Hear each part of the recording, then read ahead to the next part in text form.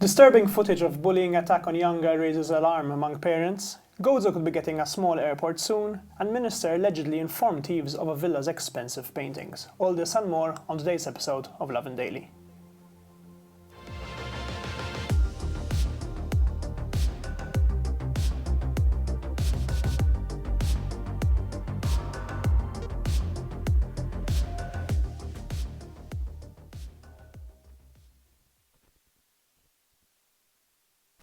Good evening, Malta and Gozo, and welcome to another episode of Lovin Daily.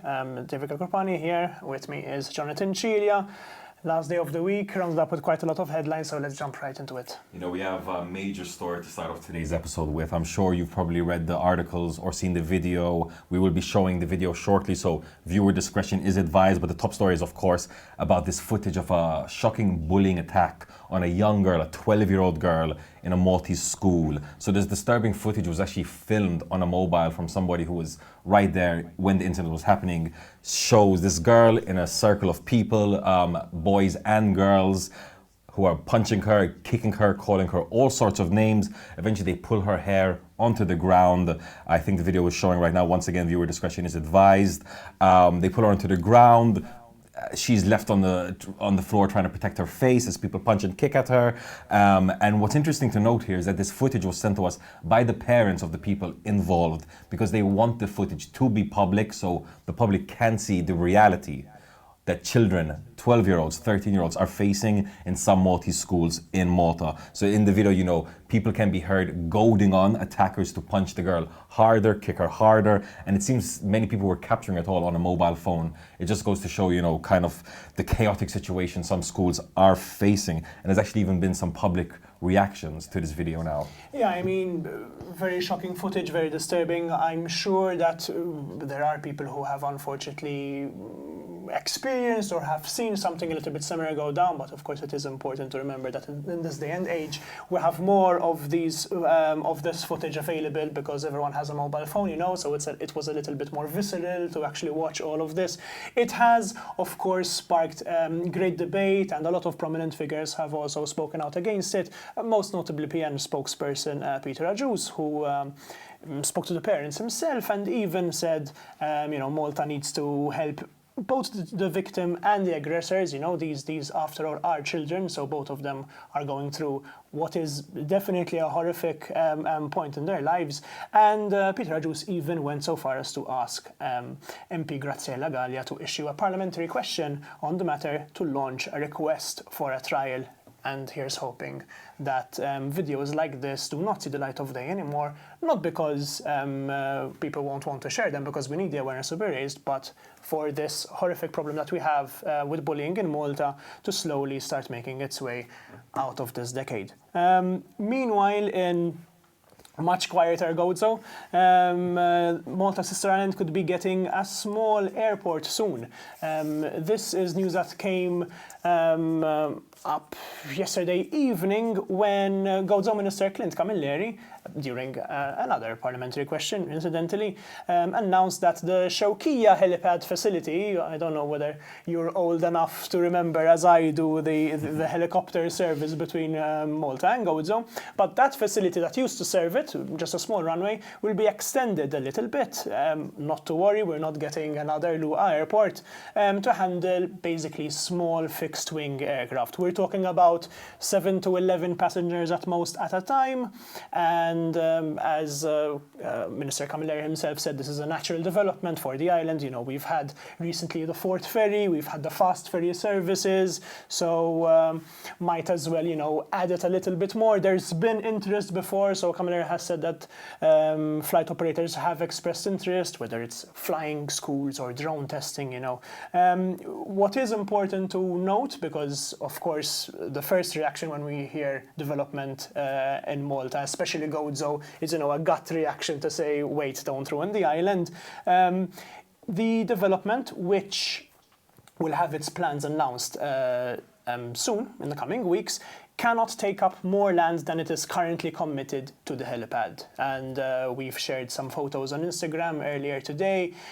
the area is quite small. You have your runway and a small departures lounge, really. It just feels like the Maltese airport of the 1950s, really. Yeah, if you're from Gozo or Cilia, let us know in the comments below if you want to see this airport development happen. Talking about beautiful vistas and moving on to the next story, a bit of a spicy story coming out from PNMP Jason Otsapardi. Otsapardi has alleged that a former minister had informed certain criminals of expensive paintings in a villa so that these criminals could proceed to rob the villa and steal the paintings. So quite a shocking allegation from Jason Otsapardi. Lovin Malta actually reached out to Otsapardi to kind of confirm if he meant what he was trying to say. And he said, not only did I mean it, but the person that I'm referring to, the former minister, is someone who was appointed minister after Labour was elected to government in 2013, but is no longer in cabinet. So it actually cuts the figures down a little bit. Why was he saying this? He was saying this because obviously recently the Nationalist Party had proposed criminalizing people who have connections to the mafia. And in his view, this is very similar to how the mafia worked. You've got someone in a position of power, getting some information, in this case about some expensive, valuable villas, paintings in a villa, informing a criminal element who will then move ahead and steal these paintings. I mean, yeah, very harrowing to imagine, letting someone into your house and they're actually spying on your positions. Even if you don't have, some prized position, it's still something that's quite disturbing, especially if that person happens to be, as Otsapardi is alleging, an elected representative, a minister, no less. Definitely a disturbing allegation, which we will see and we will be keeping you updated whether there will be any more developments. Moving on from art to architecture, the ceiling of an old underground reservoir beneath a road in Ascia's Piazza has collapsed, and all of a sudden the piazza kind of looks like Venice. This is Piazza San Filippo, for anyone who is from the area or for anyone who wants to visit this extremely weird happening, but of course do be careful because it is quite literally a massive gaping hole in the middle of the piazza. The exact date that this whole thing took place remains a little bit unknown at the moment, but the local council has confirmed with Lovin Malta they're currently working alongside Infrastructure Malta. Some damages have been deemed to be extensive, no surprise there. It is literally a hole with water passing through it. Of course, there has already been some preliminary clearing on the site. Infrastructure Malta has confirmed this with Lovin Malta, and they're currently in the process of assessing the damages. They're even speaking to, they're consulting with the superintendents of cultural heritage to kind of plan and implement the required repairs. But bears have been set up around the hole.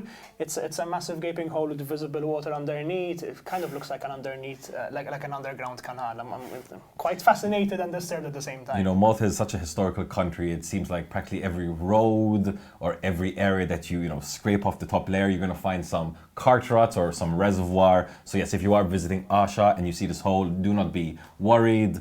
The authorities are looking into it. Now, moving on to the final story from Ascia to Gżira, a bit of another shocking story that Lovin Malta published last night, and I think many people have been discussing in the wake of it. So, a young Maltese woman has recounted the path that led her down the road to prostitution, from using drugs with her father all the way to having to have sex with people like priests as well as local celebrities. So I do invite you, if you are interested in the story, to read the entire account on lovinmalta.com. It was published late last night at 9 p.m. But basically the woman who's obviously kept her identity anonymous to protect her identity was speaking in an interview on the TV show Topic. And she explained that when she was 11 years old, she started taking drugs with her father. She moved on to cocaine. Eventually, when she was 13 years old, her father told her one day, Isma, get dressed, put on something nice, I'm going to take you out. Next thing she knew, she was in Gżira. She was around prostitutes, sex workers, women of the night. And next thing you know, she was working as a prostitute herself. Now, she explained that she had never even been with a man before. So this was very new to her. It was horrifying, but the fact of the matter that her father would wait for her outside in the car kind of allowed her to continue doing this. Either way, the money was spent on drugs anyway, so it wasn't like they were making a profit, and they were just stuck in this endless loop of violence, abuse, and drug taking. I'm not going to go into all the details here, but some of the more salient details was once a man, one of the clients, actually put a revolver in her mouth and forced her to have unprotected sex with her. And another time, as I said before, was dealing with a priest client in Malta. The woman was left saying, I find it very hard to have faith in people, especially in men, after what I've seen and after what I've been asked to do with them. Yeah, I mean, look, it's definitely a story that's equally angering and saddening at the same time, but hopefully, much like the story, the earlier story that we had with the bullying video, this could be, a way to raise awareness and maybe also move forward. And also, the woman herself has had quite a hopeful outlook herself at her new future. I mean, she said herself, look, this happened in the past. She's moving on. She's not letting this frankly harrowing past affect her, and I think it's quite encouraging and inspirational to see, especially these days with all these news that we might have that might feel, like all doom and gloom, but at the face of adversity and with all these scars, we just keep on moving and keep on moving to a new week after all, because that brings us to the end of this week's episode. Happy weekend and have an evening full of lovin'.